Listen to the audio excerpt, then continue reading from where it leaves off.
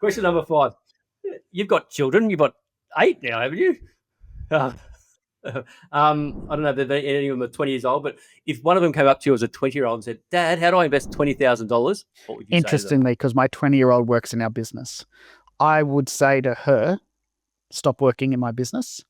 Go and find someone like me and a developer who has good integrity and good values. And I've got a few friends that would be like that. And I'd say, pay them $20,000 for you to be their PAEA for the next however long. So work through the $20,000 for 6 months until, become efficient for them, and then stick by them for the next 3 to 5 years, and be involved in the handover of information if they're willing to do that. And then come back and work for you? No, go off and grow your wings, do your own thing. You don't need to be... I thought in one of the seminars I saw you talking, you're hoping that one of your daughters was going to run the business one day. That's her. That's the one that I'd tell to go away and do something else, because ultimately what do we want for our children? Do we want our children to take on our legacy, or do we want them to grow and, I want my child to take over my business. It's one of the things I've always said I wanted, but if I stop looking at the selfish component of what that is, I want her to grow her own rings. I want her to make her own trail in the world and do it on her own. Because, I just think that there's an entrepreneurial skill that's gathered by having to go through the heartache of building a business, and that's something she deserves, rather than being given to her, which will be a downfall for her if I give it to her. You're a hand up, not a hand out. Yeah. That's exactly it.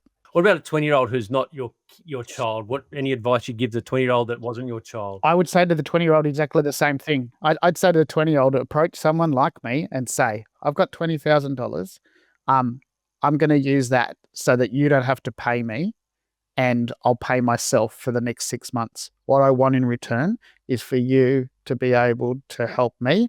And at 6-month mark, if you think I'm worth keeping, then employ me for the next 4.5 years. And at the 5-year mark, I want you to know that I'm going to be starting to do my own deals. And I'd love your support if we can do that way. That's what I would say to someone. I'm not a fan. I could take $20,000 and I could put it into Bitcoin, and I could put it to, but the return on that is not going to do. I've got a mate of mine who lost everything in the GFC. Where are we? We're about 18 years since the GFC. The guy, after losing everything and having to do the 5 years plus 3 years, so really where we are is 10 years. So in 10 years of investing, he's gathered all the information in his head, and he's used all the information in his head to reposition himself. And I won't tell you how much he's worth, but he's worth a lot. And that's because they can't take away what's in your head. And $20,000 invested into a 20-year-old, by the time they're 25, with the information in their head, that can't be taken away from them. That's income producing for the rest of the life. If you know how to run a business, you could sell ice, you could do property development, you could sell caravans. If you understand business, then entrepreneurship is the thing they can't take away from you, other than Alzheimer's. This is question number 6. So you've just turned 50 and you've got no money, but recently inherited $500,000.